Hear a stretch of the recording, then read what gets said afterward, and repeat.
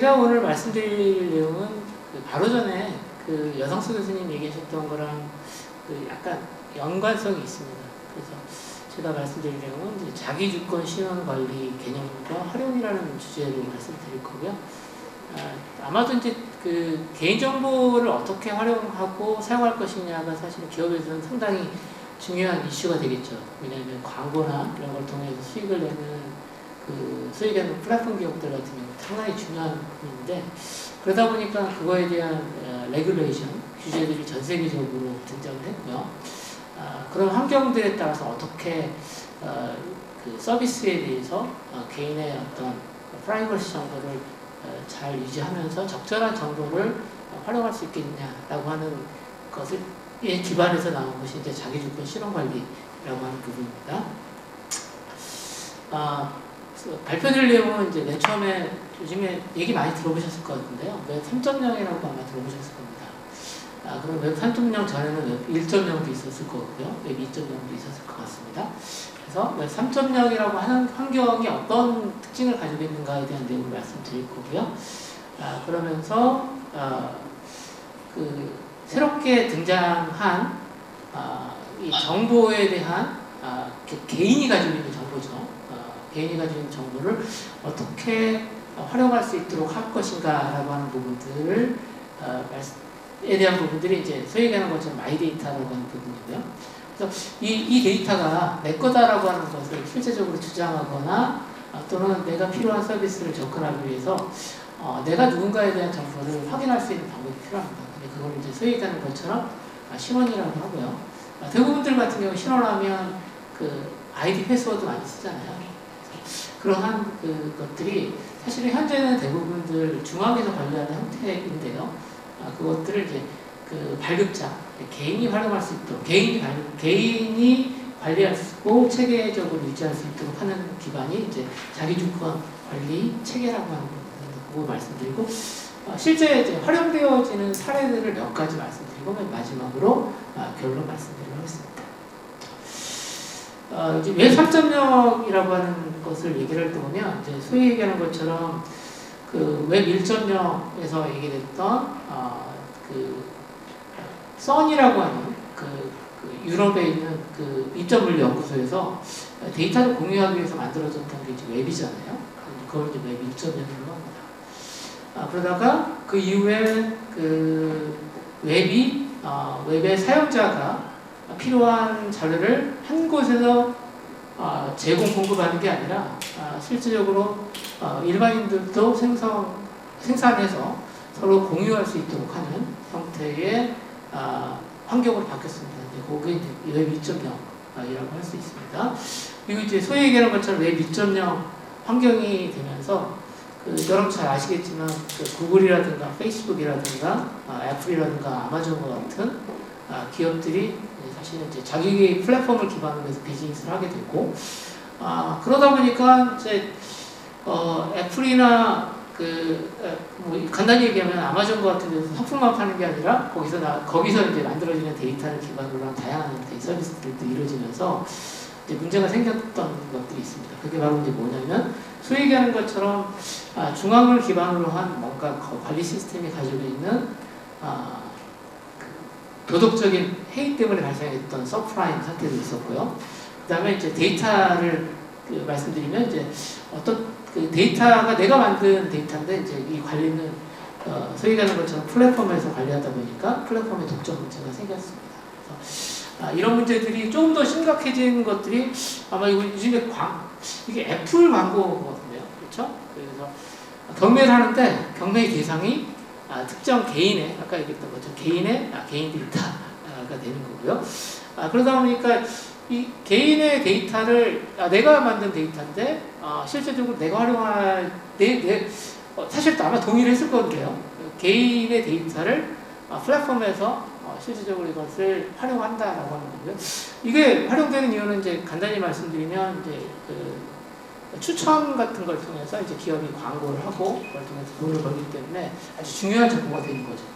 그래서 개인에 대한 개인 정보들을 지금 문제 중에 하나가 이제 무분별하게 활용할 수 있도록 되어진 체계들이 조금 그 변화가 좀 필요하지 않겠냐라고 하면서 나온 것이 이제 웹 3.0입니다. 그래서 소위 얘기하는 것처럼 데이터 주권 그리고 이제 프라이버시하고도 상당히 밀접한 관계가 있는 거고요. 좀 정리를 하자면 이제 그 웹 1.0에서는 이제 소위 얘기하는 것처럼 그 웹 기반으로 이제 그 웹페이지를 통해서 정적인 정보들을 이제 제공하고 사용하는 형태였다가 이제 비즈니스에서 활용할 수 있도록 하는 형태로 바뀐 게 웹 2.0입니다. 소위 얘기하는 것처럼 그러면서 자연스럽게 이제 플랫폼 기업들이 이제 등장을 했고요. 그런데 이렇게 하다 보니까 데이터에 대한 중앙집권이라든가 이런 부분들이 문제가 심각해졌고요. 현재까지도 문제가 됐고, 그래서 사용자 중심의 어떤 그 웹 환경, 그리고 중앙에서 관리하는 형태가 아니라 탈중앙화된, 분산화된 형태의 환경들이고, 개인에 대한 어떤 프라이버시라든가 시큐어한 정보, 시큐어한 것들을 보장할 수 있는 형태로 전환할 필요가 있다라고 해서 등장한 게 이제 웹 3.0이라고 하는 겁니다. 근데 아마도 현재는 웹 3.0이 뭔가에 대해서 정확하게 디파인되어 있지는 않고 개념적인 형태라든가 어떤 철학적인 의미를 가지고 있다라고 이해를 하시는 게 맞는 것 같습니다. 웹 3.0에서 이제 사실은 이제 중요한 것 중에 중요한 것을 이제 꼽자면 이제 첫 번째는 탈중앙화되어진 환경이라고 할 수 있습니다. 소위 얘기하는 것처럼 이제 블록체인과 같은 기반 기술들이 이제 데이터를 운영하거나 활용하기 위한 플랫폼으로 등장을 하게 된 거고요. 그래서 사실은 여기 밑에 보시면 주유를 하거나 할 때 전기차 주유하거나 전기차는 주유가 아니라 충전이라고 하는 거거든요. 그렇죠? 충전할 때 내가 충전하게 되면 이제 개인이 얼마만큼의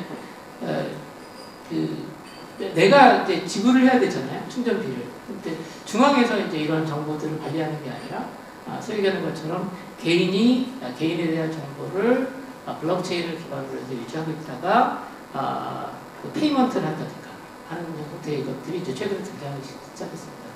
그래서 여기서 중앙에 보면 이제 소위 얘기하는 것처럼 그 중앙의 어떤 그 관리기관이 아니라 이제 블록체인을 기반으로 해서 인증을 하고 배분도 할 수 있도록 하는 것들이 이제 하나 웹 3.0의 중요한 철학적인 접근 방법 중에 하나인 것 같고요. 기술적인 중요한 주제이고, 두 번째는 이제 내가 나에 관련된 정보들이 이제 사실은 내가 가지고 있지는 않잖아요. 플랫폼 기업들이 가지고 있거나 이제 기관들이 가지고 있는 경우가 많습니다. 이런 것들을 정부 주체한테 활용할 수 있도록 하는 권한들 같은 걸 주고 하는 거죠. 그래서 그러한 것들이 이제 그 데이터 주권에 관련된 부분입니다. 그래서 아마도 요즘에 그 UX나 이런 부분에서 개인의 어떤 생체 정보들 같은 것을 이제 활용할 수 있도록 하고, 그 다음에 이제 분석할 수 있도록 하는 부분들이 이제 웹 3.0에서 중요한 이슈 중에 하나입니다. 즉, 다시 말해서 내가 가지고 있는 데이터를 내가 활용할 수 있도록 하자라고 하는 부분이 될 수 있을 것 같습니다. 그러한 그 개인의 데이터 그 권리를 위한 부분들은 이제 바로 전에 여상수 교수님이 얘기하셨던 것처럼 우리나라 같은 경우에는 그 국가기관에서 관리를 하고 있고요. EU 같은 경우에는 이것을 법제화를 했습니다. 그래서 GDPR이라고 하는 형태로 법령들을 만들었고요. 그러니까 GDPR은 개인의 어떤 데이터 권리를 보장할 수 있는 레귤레이션이니까 글로벌한 규제가 되겠습니다. 그래서 EU에서 개인정보를 보호하기 위한 법령을 나왔습니다. 그래서 GDPR은 이제 General Data Protection Regulation이고요. 이게 중요한 것 중에 하나가 뭐냐면 이제 EU니까 유럽일 거 아닙니까? 이제 이 레귤레이션이 그 EU의 그 사업장을 가지고 있는 데만 한정하는 게 아니라 그러니까 EU에 있는 그 시민, 국민들을 대상으로 해서 비즈니스를 할 때도 이게 적용되기 때문에 상당히 중요한 이슈가 되는 거죠. 그러한 개인정보들을 활용하는 데 있어서 이 가장 중요한 것 중에 하나가 이 자료가 내 거다, 또는 내가 필요한 서비스를 사용하는 게 나다라고 하는 것을 실질적으로 확인하기 위해서는 사실은 이제 신원 증명이라고 하는 것들이 필요합니다. 그래서 여러분들 잘 아시겠지만 이러한 신원 증명을 위해서 우리가 사용하는 걸 보게 되면 일단 여러분들이 저도 비행기 탈 때 보딩 패스만 주지 않고 하나 뭐를 더 제시해야 되죠?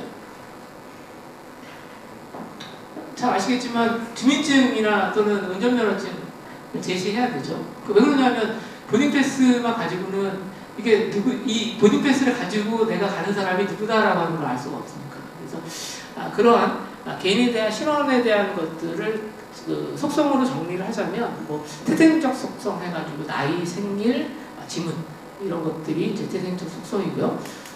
또 하나 이제 그 건강 기록들, 그 다음에 이제 신원 정보들 이런 것 같은 경우에는 제가 살면서 계속 축적되는 정보들입니다. 이게 이제 개인을 어떤 특정짓는 신원을 특정짓는 속성들이고요. 또 하나는 이제 그 주민번호라든가 여권번호 이런 것들이 이제 부여되면서 만들어지는 신원 정보를 할 수 있습니다. 그래서 이러한 신원 정보들이 실제적으로 보면 이제 디지털 환경에서 개인을 식별하기 위해서 사용되는 정보라고 할 수 있고요. 그래서 이걸 이제 디지털 신원이라고 합니다. 그래서 우리가 사용하는 디지털 신원의 대부분 가장 많이 사용하는 것은 아직까지 계정 정보, 그렇죠? 사용자 아이디, 패스워드가 되는데요.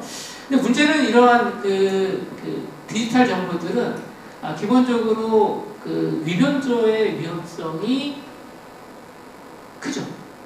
그러니까 사실은 그런 것들이 이제 물리적인 어떤 신원 정보들 종이로 가지고 있는 운전면허증보다 이제 디지털로 가지고 있는 운전면허증이 상대적으로 이제 그 위변조의 가능성이 크다라고 하는 것 때문에 최근에 보면 국가 이제 행안부죠. 행안부에서 이거 그 공무원들 신분증 원래에서 할 수 있도록 하는 것을 만들었는데 아직 못하고 있는 이유도 아마 그런 거일 것 같습니다. 위변조 관련된. 그래서 이러한 그 위변조에 관련된 부분들을 그러니까 신원 개인에 대한 정보들을 이제 유지하기 위한 정보들이 디지털로 되어 있는 신원의 경우에는 위변조의 가능성이 높다라고 하는 것들을 생각해 볼 수가 있고요. 그런데 이제 아까 얘기했던 것처럼 웹 1.0에서 웹 2.0, 웹 3.0으로 가면서 중요한 그 변화 중에 하나가 어떤 거냐면 개인의 데이터에 대한 주권을 보장하는 부분이 하나가 있고요. 그 다음에 또 하나가 뭐냐면 탈중앙화되어진 환경으로 웹 환경들을 구성하는 것들이 이제 중요한 이슈 중에 하나입니다. 그러니까 그러다 보니까 신원들도 과거에는 이제 중앙에다가 아이디 패스워드를 발급받아서 사용하면 됐었는데 실제적으로 그러한 환경들은 탈중앙화되어진 환경에서 적합하지 않다라고 하는 것이 중요한 이슈가 되겠고요.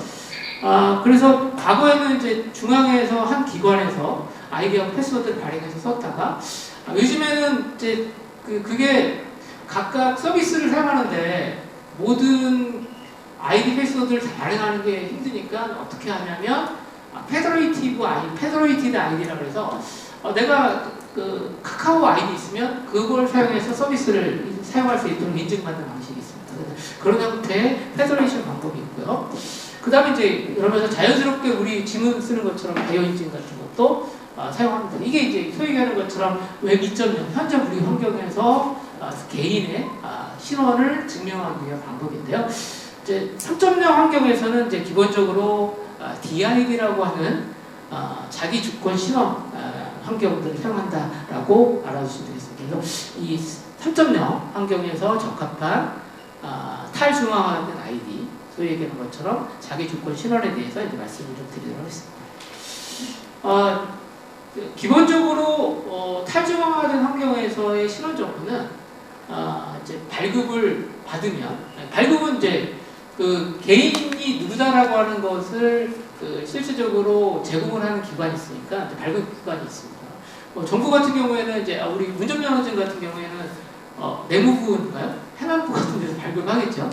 발급하게 되면 이 발급받은 정보들을 일단은 개인한테 제공합니다. 개인한테 아이디를 제공하고요. 그러면 이 정보는 개인의 월렛, 지갑에 디지털 월렛을 저장하고 그 다음에 이제 발급기관은 발급 정보들을 다시 어디다가 유지를 하냐면 블록체인에서 유지합니다.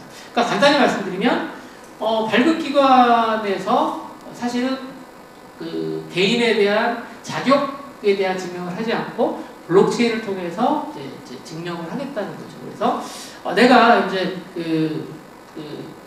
졸업을 했다 그러면 졸업했던 증명을 아이디와 함께 받고요. 그러면 이거를 내가 회사에 취업하겠다 그러면 그때 이용기관에다가 이제 아이디를 제출합니다. 그러면 제출된 아이디는 이제 어떻게 해야 되죠? 이 사람이 그 어떤 대학교 졸업했고 성적이 얼마 되는지를 확인해봐야 되지 않습니까? 그래서 그 정보를 확인할 수 있도록 다시 어떻게 하냐면 이용기관, 기업이 되겠죠. 기업이 블록체인에 아이디를 쿼리를 해서 그 다음에 이제 이 아이디에 대한 정보들, 이 아이디가 정상적으로 발급된 정보인가 라고 하는 부분들을 다시 검증을 합니다. 그 이후에 이제 그게 검증이 됐다 그러면 그 다음에는 내가 자격이 있는지 다시 프루프하는 형태로 이제 진행이 되고요. 그리고 중요한 부분 중에 하나가 이제 그 발급을 중앙에서 발급을 하고 아이디를 하나만 발급하는 게 아니라 필요에 따라서 다수의 서비스별로 아이디를 발급할 수 있고 이 발급된 서비스를 내가 필요하지 않다 그러면 폐기할 수도 있는 환경을 제공하는 게 이제 DID라고 하는 자기 주권 신원 체계가 되겠습니다. 그래서 여기 보시면 이 가운데 있는 분이 이제 자기가 뭐 정부기관에다가 필요한 서류 그 데이터 처리를 할 때는 또 다른 DID를 제공하고 그 다음에 이제 은행에서 내가 어카운트를 계좌 마련한다 그러면 또 다른 아이디를 제공해가지고 검증하는 체계가 되겠습니다. 이것이 이제 기본적으로 DID라고 하는 방식이 되겠고요. 이 DID가 중요한 이유 중에 하나는 이제 바로 전에도 이제 어떤 얘기를 하셨냐면 IoT 환경, 요즘에 이제 자동차가 자율주행 환경에서 운행을 하게 되면 사고가 나면 이 사고에 대한 책임을 누가 질 것인가 라고 하는 것이 좀 중요한 이슈가 됩니다. 그러면 이제 그 소위 얘기하는 것처럼 자율주행 레벨 5 정도가 되면 그 책임은 누가 지냐면 이제 자동차를 만든 제조사가 지지만 그 전까지는 사실 되게 모호하거든요. 그러다 보니까 자동차 내에서 자동차 내에서 운행하면서 다양한 형태의 정보들과를 사실은 유지하고 관련합니다. 그러다 보니까 실질적으로 사고가 나거나 할 때도 사고가 났을 때 이것을 검증할 때도 이제 결국 어떠한 자동차의 어떤 파트에 의해서 사고가 났는가에 대한 정보들 같은 걸 검증하는 부분에서도 이 DID 같은 걸 사용한다라고 이해를 하시면 되겠습니다. 그리고 이제 잘 아시겠지만 내가 센서인데 센서가 데이터를 생성하는데 이 센서는 사람은 아니잖아요. 그러나 이 센서한테도 아이디를 발행할 수 있도록 체계를 제공할 수 있는 것이 이제 여기 있는 것처럼 DID가 되겠고요. DID는 앞서 말씀드렸던 것처럼 DID를 발행하는 이슈어가 있고요. 그 다음에 발행된 아이디 정보하고 자격 정보를 유지하는 홀더가 있습니다. 그래서 원래에 유지를 하고요. 그 다음에 내가 필요할 때 자격을 검증받고자 할 때는 베리파이어한테 아이디를 제공하는 것입니다. 그래서 중요한 것은 자기에 대한 신원 정보를 자기가 유지한다라고 하는 거고요. 최근에 보면 이런 형태의 여기 넘어가겠습니다. 그래서 DID 홀더가 베리파이어한테 DID를 제공하고 베리파이어는 이제 전달받은 DID를 가지고 아까 얘기했던 블록체인에 이제 룩업을 해서 DID에 관련된 상세 정보들을 가져와서 지금 현재 DID가 유효한 DID야 라고 하는 것을 검증하게 됩니다. 그때 사용하는 것이 이제 DID 다큐멘트고요.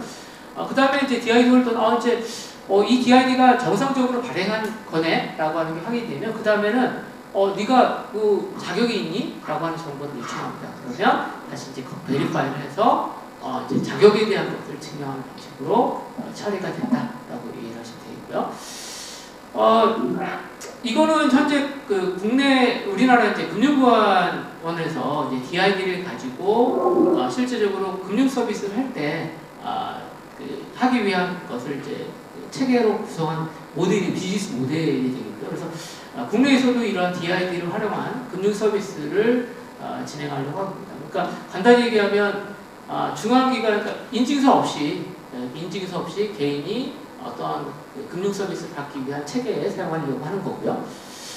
현재는 그 자기조건 신원이라고 하는 DID에 대한 사례들이 점점 늘어나고 있는 추세입니다. 여기 보시면 정부기관, 대학, 그리고 은행들에서 또 이런 것들이 적용되려고 하는 사례들이 많이 있고요.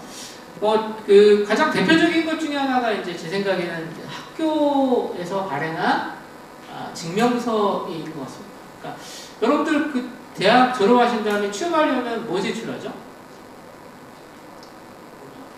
뭐 제출하죠? 일단은 졸업증명서 제출하시고요. 그 다음에 성적증명서 제출하는데 내가 제출한 그 성적증명서하고 졸업증명서 회사에서 다시 돌려주나요? 대부분 안 돌려주죠. 이게 사실 이게 국가 수준에서 상당히 큰 비용이거든요. 그런 부분들을 이제 사실은 그 캐나다나 미국 쪽에서도 이런 것을 적용하기 위해서 그 아키텍처 설계한 것이 이제 이 BSI라는 에듀케이션 분야에서 적용한 예가 되겠습니다. 그리고 이거는 이제 배움 이력이라 해서 현재 그 교육학술 정보원 캐리스에서 현재 진행하고 있는 사업이고요. 그래서 그 사회복지 협회에서 사회복지사한테 자격증을 발행한다고 합니다. 그래서 이 자격증에 대한 정보를 블록체인에다가 유지하고 블록체인 기반의 이제 DID 기반으로 유지하는 사업을 올해 시작을 해가지고 지금 진행하고 있고요. 그래서 사용자는 내가 이제 그 사회복지사 자격증이 있어요. 그러면 그 자격증을 필요할 때 그 종이로 발행하는 게 아니라 요청을 해가지고 이제 사용자가 자기 디지털 월렛에 유지하고 있다가 내가 이제 취업이 필요하다 그러면 그때 기업체라든가 공공기관에다가 이제 자격증 제출하는 방식이 되는 거죠. 그러면 제출한 자격증은 앞서 말씀드렸던 것처럼 진위 여부를 판단해야 되잖아요. 그때 이제 블록체인에다가 블록체인 플랫폼을 통해서 이제 이 자격이 유효한지에 대한 부분들도 다 검증하는 형태로 되어 있습니다. 그래서 현재는 진행되고 있는 사업이고요. 또 하나는 이제 우리가 그 공공기관 가다 보면 회의 같은 거 가다 보면 이제 출입할 때 서류도 뭘 제출하죠? 그 공공기관 들어가려면 신분증 맡겨야 되잖아요. 그렇죠? 그때 이제 신분증 맡기지 않고 이 DID에 자기 월렛을 사용하는 것들. 그래서 BDN 체크인 환경에서도 지금 진행하는 것들이 추진되고 있습니다.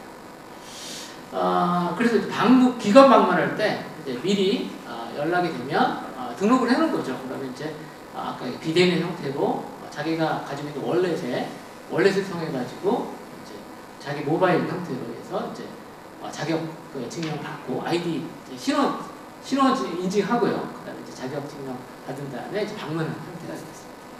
그럼 이제 사실은 내가 까먹고 신분증 못 찾아오는 경우는 없겠죠.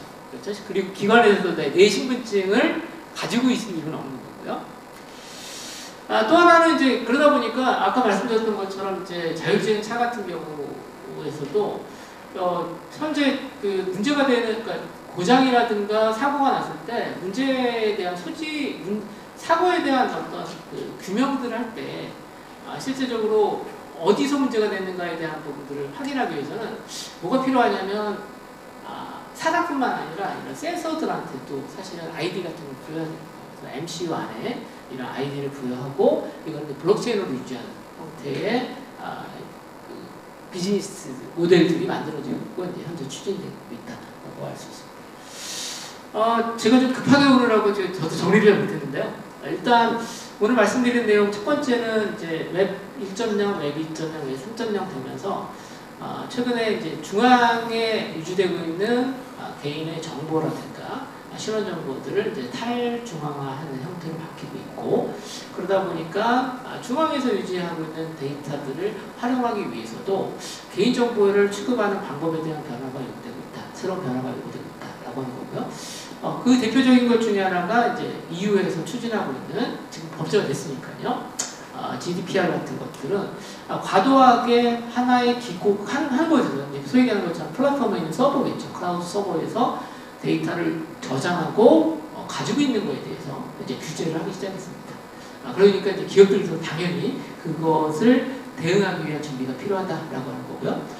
그러한 환경에서 제3자, 제3기관, 서드파티 중앙기관에서 어떤 인증 없이도 개인의 신용을 활용할 수 있는 표준들이 이제 진행되고 있고요. 그리고 그러한 체계를 소위 얘기하는 것처럼 자기주권 신원이라고 하는 SSI라고 하고, 그리고 그거를 진행하는 표준 중에 하나가 이제 DID, 부동산 신원증명이고요. 그리고 이러한 DID를 활용한 활용 사례들이 조금씩 늘어나고 있고, 그 중에 하나가 이제 아까 얘기했던 것처럼 배움 이력과 같은 교육 분야의 접근, 그 다음에 비대면 출입관리 시스템, 그 다음에 IoT에서도 그러한 DID를 활용하려고 하는 사례들이 최근에 등장하고 있다라고 말씀드릴 수 있습니다.